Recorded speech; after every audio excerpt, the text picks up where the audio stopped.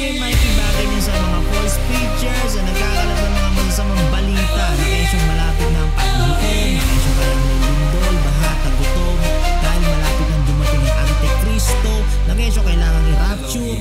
Ano yun? Tatakasan na lang ng taong mundo kasi talo na ng kasamaan. Kaya kailangan ng i-rapture. Na kesyo para hindi matataka ng 666, hindi nila nalalaman ang kanilang sinasabi. Kaya nila nasasabi yun. Ang sabi ng banal na kasulatan, ipahayag ninyo ang mabuting balita. Kaya hindi masamang balita ang dapat. Ang sabi ng banal na kasulatan, of the increase of His government and peace, there shall be no end.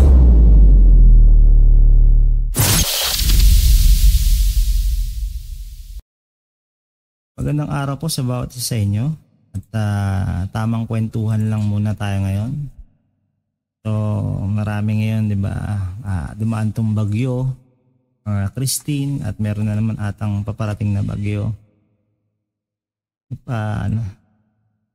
Kung napapansin mo yung sitwasyon natin, no, parang palala na siya ng palala. Kumbaga, noon hindi naman tayo ganyan na maraming mga lugar na hindi naman binabaha. Na ngayon sobrang binabaha na. Konting ulan lang, konting sagindaling bagyo lang, matindi na yung baha. Ang nakakapagtaka, bakit nangyayari na yun ngayon? Unang-una, syempre, siguro dahil sa kapabayaan ng mga tao, pollution, di ba? Mga kasura, wala nang disiplina yung mga tao. Then yung mga illegal miners, kahit mga legal na miners, kaso legal nga, kinakalbo naman yung mga bundok.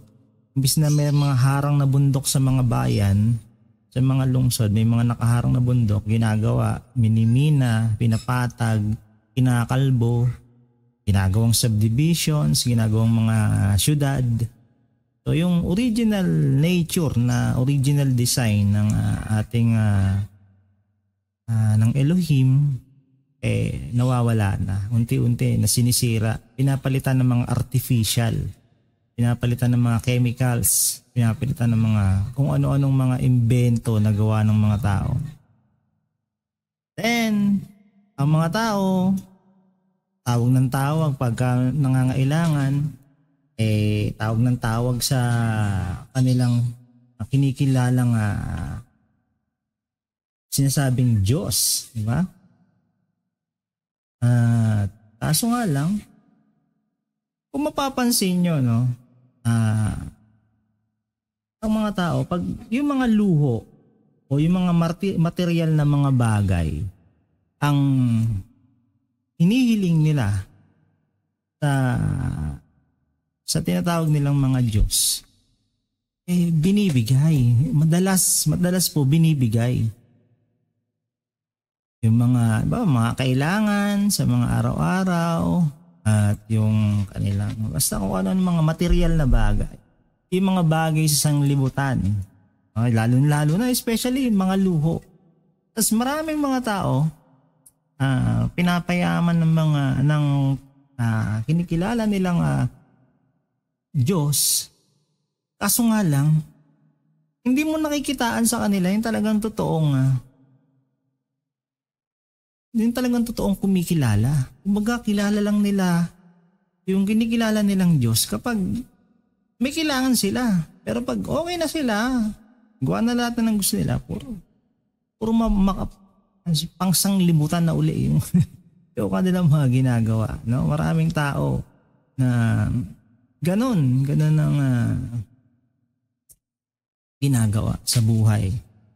Pero kung mapapansin nyo, pag mga ganito, mga kalamidad, mga sakuna, katulad ng bagyo, lindol, maraming tao talagang todo dasal para maligtas yung kanilang buhay. Pero wala.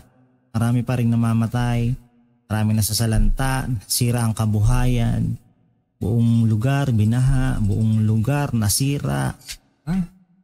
nasunog. Parang hindi sila pinakinggan nung kanilang kinikilalang mga Diyos.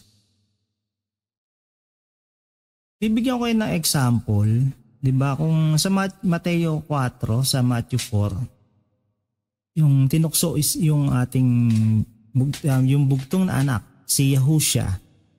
By the way, again, ang tinatawag, ang pangalan po ng mga binabanggit ko ay yung kanilang original Hebrew name. Yung kung saan yung unang-unang lengguwahe na ginamit, no, ng ating ama itinuro sa mga tao is Hebrew language. So doon po yung aking siyempre mahirap na, baka banggit ako ng ibang pangalan, hindi naman pala, baka may pagdating sa huli sasabihin sa akin, kailanman hindi kita nakilala.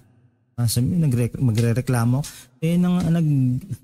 Nagbahagi ako ng banal na salita ng banal na kasulatan. Tapos mamaya iba yung mga binabanggit kong pangalan, yung mga typical na nakasanayan ng mga tao. Yung pala, meron palang original name na given name. Katulad ng halimbawa, pangalan ko Santiago. Kahit naman saan ako makarating na bansa, ang identification ko, ang ID ko, passport ko, Santiago pa rin eh. Siyempre kahit kung tawagan nila ako na kung tawagin nila ako na James, hindi naman ako lilingon kasi ang pangalan ko Santiago. Parang ganun po yun. Tawag ka ng tawag sa salita mo na kinilala mo na pangalan na Diyos mo. Tapos hindi naman pala yung pangalan na sa huli. Di ba kayo po si hindi ako yun. Hindi kita kilala. Diba? So parang ganun. So, intindihin niyo po maigi, no? Kwentuhan lang po tayo. Yun, katulad nga niyan. Kung mapapansin niyo, pagdating sa mga luho, madaling ibigay, no? Madalas binibigay. Pero pag itong mga importante mga bagay na buhay na yung kapalit, no? Yung mga lindol, baha, bagyo, sakuna, marami po hindi na pagbibigyan yung kanilang mga dinadasal, kanilang mga panalangin. Ang naisip ko lang, baka kasi hindi talaga yun yung pangalan na tinatawag nila. Hindi talaga yun yung original na pangalan na binabanggit, na kinikilala nila. Kasi po, malaki po ang impact niyan. Kung sa banal na kasulatan, di ba nga meron lang isang pangalan na ibinigay sa silong ng langit. So, meron talagang specific na mga pangalan na dapat nating kilalanin. Kasi nga sabi nga, huwag mong dadagdagan, huwag mong babawasan yung mga bagay na nasusulat sa banal na kasulatan. So kung baguhin mo pa yun, palitan mo pa yung pangalan, paano na? Diba ba?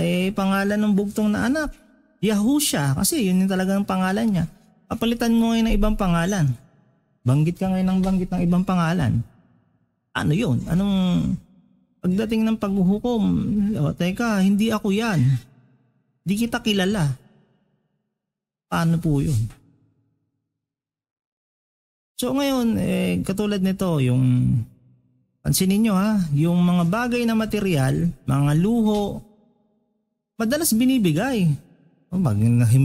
Pray ka, na-bless ako kasi binigyan ako ng iPhone.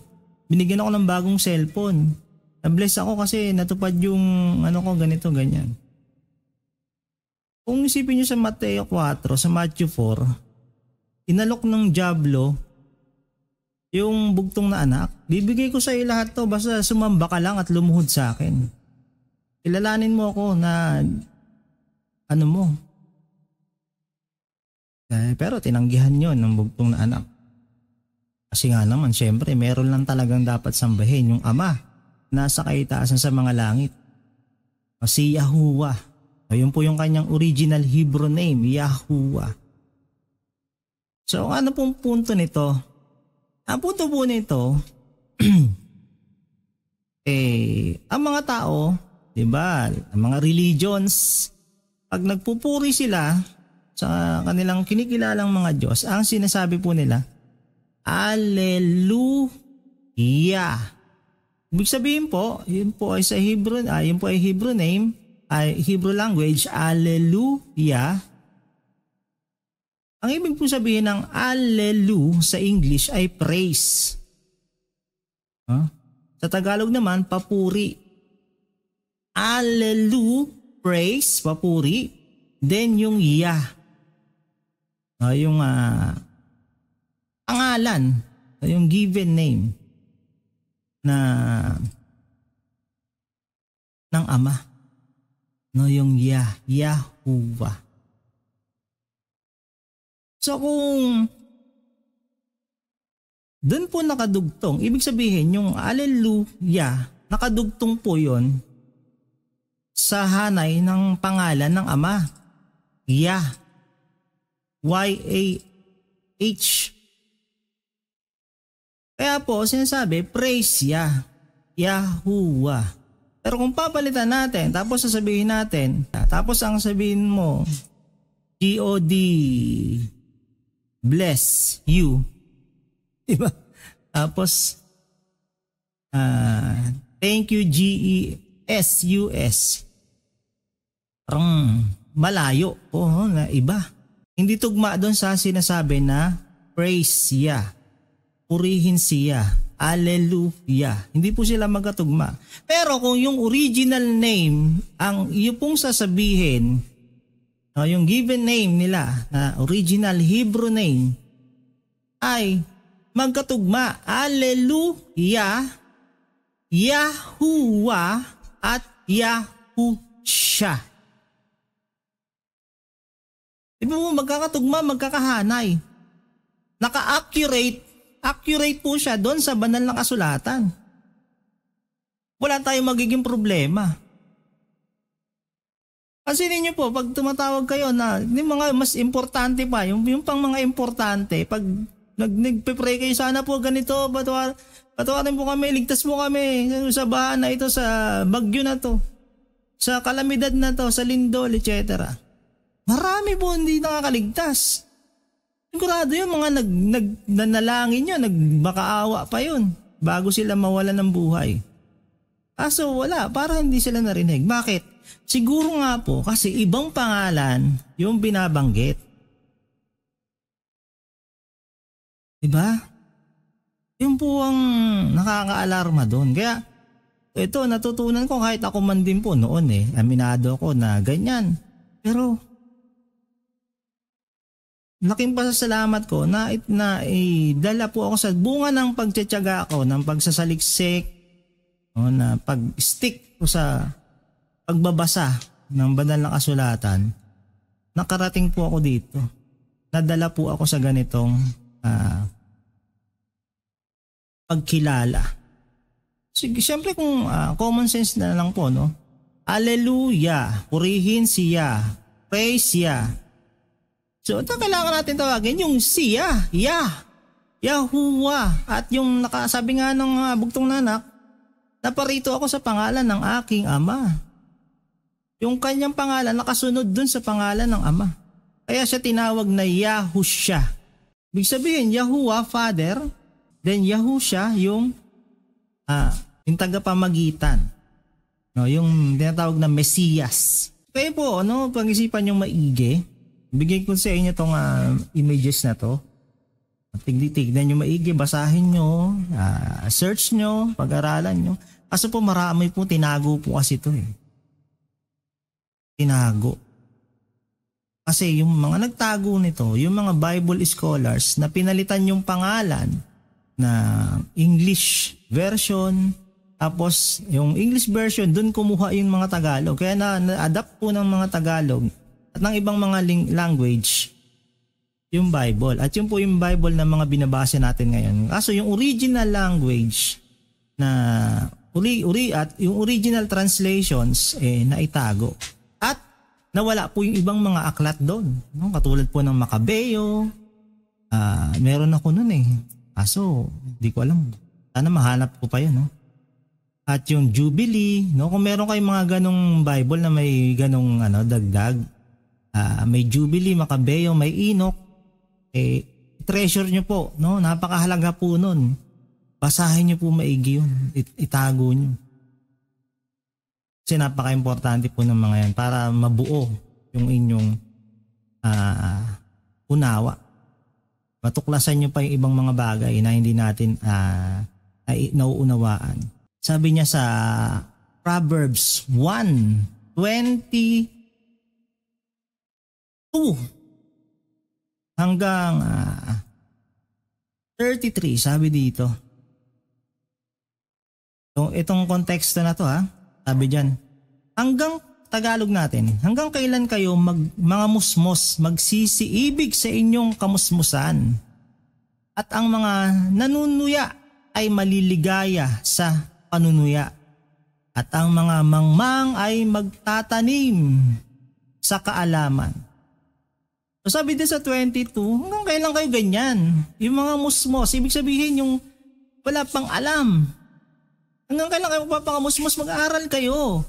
Meron banal na kasulatan. Saliksikin nyo, hanapin nyo yung katotohanan. Huwag kayo mag-stay sa pagiging musmos lang. I-improve yung buhay kasi sandali na nga lang yung buhay ng tao. Tapos ganyan. Parang nga lang tayo singaw sabi ni Apostol James. Tapos magpapakamusmus ka pa ng ganyan. Hindi kailangan magsisibig sa iyong kamusmusan. At mga manunuya. Mga mayayabang na tao na pagka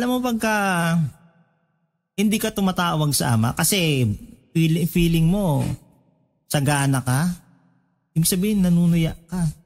Kailangan araw-araw tayong nakikipag-usap sa banal na lumikha sa kaitaasan sa mga langit.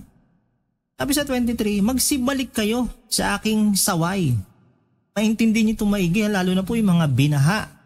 Yung mga nakakaranas ng mga delubyo, ng mga sakuna, yung mga tataka kayo bakit ganun lagi nangyayari, laging may kalamidad sa tas kami lagi tinatamaan, yung iba okay lang naman sa kanila.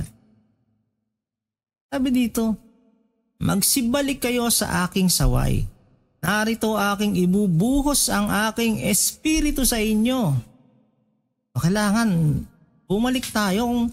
Sabi, yung magsibalik kayo sa aking saway, kailangan bumalik tayo sa original na disenyo ng banal na lumikha, sa original na disenyo ni Yahuwah para ibubuhos yung espiritu sa atin. Yung ibig sabihin yung lahat ng spiritual na biyaya, hindi mga literal na biyaya. Tandaan niyo, yung mga literal na biyaya, yung mga ganyang makamundong bagay, mga luho, etc. Diversion lang po yan. Pwedeng ibigay sa atin ng Ama yan kung talagang totoo na kumikilala tayo. Pero kumikilala tayo sa Kanya. Pero kung yung nare-realize natin, teka baka nga mamaya ibang Diyos tong kinikilala ko.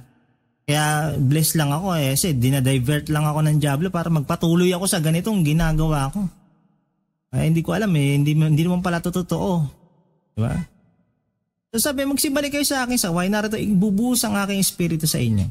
Sapagkat ako'y tumawag at kayo'y tumanggi. Meron talagang tumatawag na totoo, yung katotohanan. Baka mamaya kasi nasa peke lang tayo. Aking inunat ang aking kamay at walang makinig. Walang nakikinig sa katotohanan. Kundi inyong inuwi sa wala ang buo kong payo. At hindi ninyo inibig ang aking saway. Pagka mga ganitong topic, walang pakialaman tao Hindi interesado, nakokornihan. Ikaw din naman, makasalanan ka rin naman Wala, hindi interesado yung mga tao sa ganito. Kaya, wala nakikinig, hindi nakikinig. Kaya nga, pag sa New Testament, pag nangangaral yung bugtong na anak, lagi niya sinasabi, ang may pakinig ay makinig. Kasi tinatawag lang niya yung may pakinig. Yung walang pakinig, hindi siya mag-aaksaya ng panahon doon para makinig yun. Kahit pa gano'n ka kasamang tao, basta meron kang spiritual hearing na kailangan ma-activate sa'yo, makikinig at makikinig ka. Kaya lagi niya sinasabi, kung pansinin niyo po, magbasa kayo ng banal na kasulatan, bago siya magsalita doon, lagi niyang sinasabi sa umpisa, ang may pakinig ay makinig. Kasi hindi siya nagsasalita para sa lahat ng tao. Sino ka ba? Wala ka naman pakialam eh. Sino ka para mag-effort pa ako magsalita sa'yo? Hindi. Kaya dito maintindihan nyo bakit ganon. Sabi dito, kundi inyong inuwi sa wala ang buo kong payo, at hindi ninyo inibig ang aking saway. Imaginin mo na andun lahat ng saway, yung payo, yung saway, andun lahat po nakasulat sa banal na kasulatan, sobrang kapal. Pero baliwala lang sa mga tao, karamihan ngayon, lalo na sa mga kabataan ngayon. So po, pagbasahin mo ng yan, hindi magtsatsaga yan. Kahit isang verse, hindi magtsatsaga magbasa yan. Karamihan ng kabataan ngayon. Hindi nila pagtsatsagaan. Anong mangyayari? Sabi to, ako naman ay tatawa sa kaarawan ng inyong kasakunaan. So kung napapansin nyo, maraming binabaha, namamatay sa baha, namamatay sa lindol, namamatay sa mga kasakuna, etc. Nandito po yun. Sabi niya, ako naman ay tatawa sa kaarawan ng inyong kasakunaan. Biruin nyo po, no? Kahit sa mga tao, no? Kahit yung iba mali yung kinikilala nila, no? Na nasa langit. May kilala kang makapangyarihan, kaso nga lang, tinatawanan ka lang. Imaginin mo yan, pagtatawanan ka lang niya kapag dumating yung kasakunaan mo, yung baha, lindol, sunog, etc. O yung may mamatayan kayo sa pamilya, magkaroon kayo ng mabigat na problema sa buhay. Sabi niya, ako naman ay tatawa sa kaarawan ng inyong kasakunaan. Ako'y manunuya pagka ang inyong takot ay dumarating. Imaginin mo yun, no? Yung kinikilala mo, sabi mo, yung Diyos namin, sobrang bait. Na wala siyang tinatanging tao, napakabait ng Diyos namin. Kaya lahat ng makasalanan, mahal niya. Lahat ng tao, mahal ng Diyos. Di ba? Ganun ang pananaw ng mga tao. Hindi po ganun. Kung napapansin nyo, kung binabaliwala mo yung saway, yung payo, wala kang pakialam, na napakakapal ng Biblia, hindi mo pinapansin, magbasa sa isang verse, isang araw, o isang sandali lang, i-expect mo pag dumating yung ganyang kalamidad sa buhay mo, yung kasakunaan sa buhay mo, papansinin ka niya, kung nga hindi mo siya pinapansin Kaya ito, kumbaga real talk, ito sasabihin niya sa'yo. Ako naman ay tatawa sa kaarawan ng inyong kasakunaan. Ako'y manunuya pagka ang inyong takot ay dumarating. Sabi pa dito, pagka ang iyong takot ay dumarating na parang bagyo. Parang bagyo pa lang yan, hindi pa literal na bagyo. Yung takot mo, no? Bawa, takot na takot ka, may nangyaring hindi maganda sa buhay mo. Sobrang takot mo, tatawanan ka lang, tutuyain ka pa. At ang inyong kasakunaan ay dumarating na parang ipo-ipo. Pagka ang hirap at hapis ay dumating sa inyo kung magkagayoy. Sabi dito, kung magkagayoy, tatawag sila sa akin. O magdadasal ngayon yung mga tao. Ngunit hindi ako sasagot. Hindi sasagot, walang sasagot. Hindi tayo papansinin. Bakit? Wala tayong pakialam ng mga time na masaya yung buhay natin. Yung mga time na kalmado yung araw natin, payapa. Wala tayong pakialam. Basta tayo, kung ano lang yung gusto natin gawin, yun lang yung gagawin natin. Pero yung payo, yung sawa, yung tawag, yung pakikipag-usap, nung banal na lumikha sa pamamagitan ng banal na kasulatan, hindi natin pinapansin. Wala tayong pakialam. Kaya sabi nito, kung magkagayoy tatawag sila sa akin, ngunit hindi ako sasagot. Hahanapin nila akong masikap, ngunit hindi nila ako masusumpungan. Sapagkat kanilang ipinagtanim ang kaalaman. Di mas marunong ka pa Yan ang gusto mo Matalino ka sa buhay mo Hindi, wala naman akong tinatapakan tao, mabait ako. Alam ng kinikilala kong makapangyarihan na Diyos ang laman ng puso ko. O alam nga niya, syempre alam niya yon. Pero ano bang ginagawa mo? May silbi ba? Ang tanong kasi dyan, may silbi ka ba sa kanya? Yun ang tanong dyan eh. Kung may silbi ka. Kaya sabi niya dito, sapagkat kanilang ipinagtanim ang kaalaman at hindi pinili ang takot, ayaw sila ng aking payo. Kanilang hinamak ang buukong pagsaway. Kaya't sila'y magsisikain ng bunga ng kanilang sariling lakad. Eh di kung ano yung tinanim mo, yun ang aanihin mo, ibig sabihin.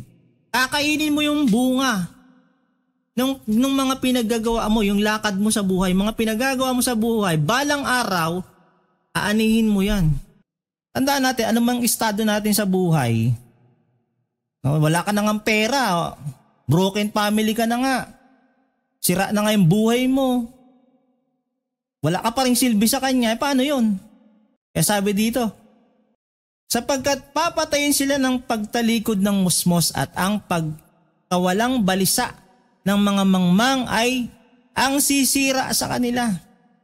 So kung ano man yung mga pinaggagawa natin sa buhay, yan din yung sisira sa atin. Yung mga makumundong bagay, yung mga walang kwentang bagay, yung mga bagay na pinag-aaksaya natin ng oras araw-araw, yan din po yung sisira sa atin. Basta yan hindi naka-align dun sa ebanghelyo ng Mesiyas. Sabi nga, ang inyo lamang pamumuhay ay maging karapat-dapat sa ebanghelyo ng Mesiyas, ni Yahushua. So dapat yung lifestyle natin araw-araw naka-align doon. Para maging accurate po lahat. Tandaan po natin, dapat ingatan natin maging accurate lahat. Hindi pwedeng lalong-lalo na pang aleluya ka ng aleluya tapos